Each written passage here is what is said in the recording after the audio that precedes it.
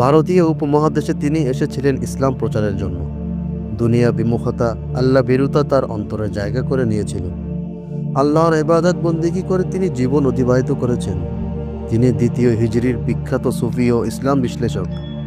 মদখোর থেকে তিনি পৃথিবীর খ্যাতনামা ইমাম হয়েছিলেন। বলছিলাম মালিক ইবনে দিনার রহমতুল্লাহ আলাইহির কথা। ইরাকের কুফা নগরীতে জন্মগ্রহণ করা খ্যাতনামা এই আলেমের জীবন একটা স্বপ্ন পাল্টে দিয়েছিল। একদিন এক মাহফিলে বক্তব্য দিচ্ছিলেন তিনি। এক শ্রোতা বলে উঠলেন, আপনার বক্তব্য শুরু করার আগে একটা প্রশ্নের উত্তর দিন। মালিক বিন দিনার প্রশ্ন করার অনুমতি দিলেন।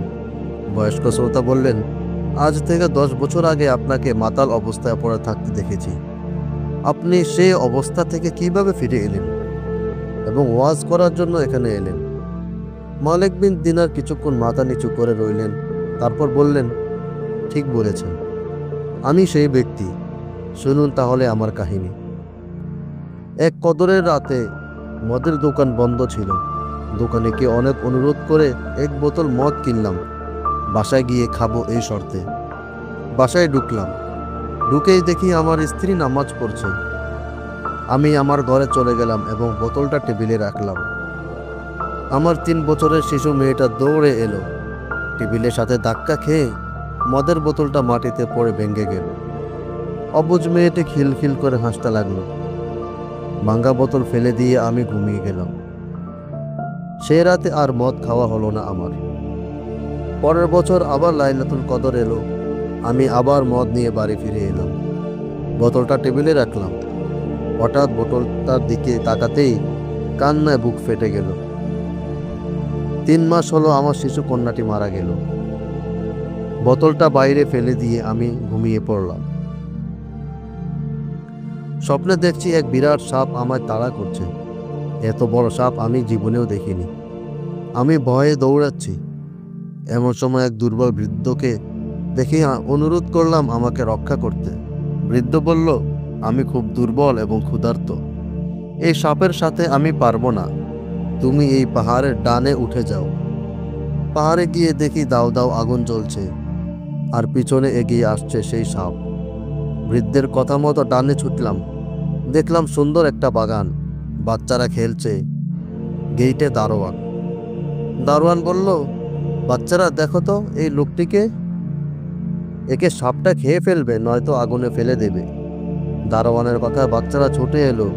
তার মাঝে আমার মেয়েটাও আছে। মেয়েটা আমার ডান হাত জড়িয়ে বাম হাতে থাপ্পড় দিয়ে সাপটিকে দূরে ফেলে দিল। অমনে সাপ চলে গেল।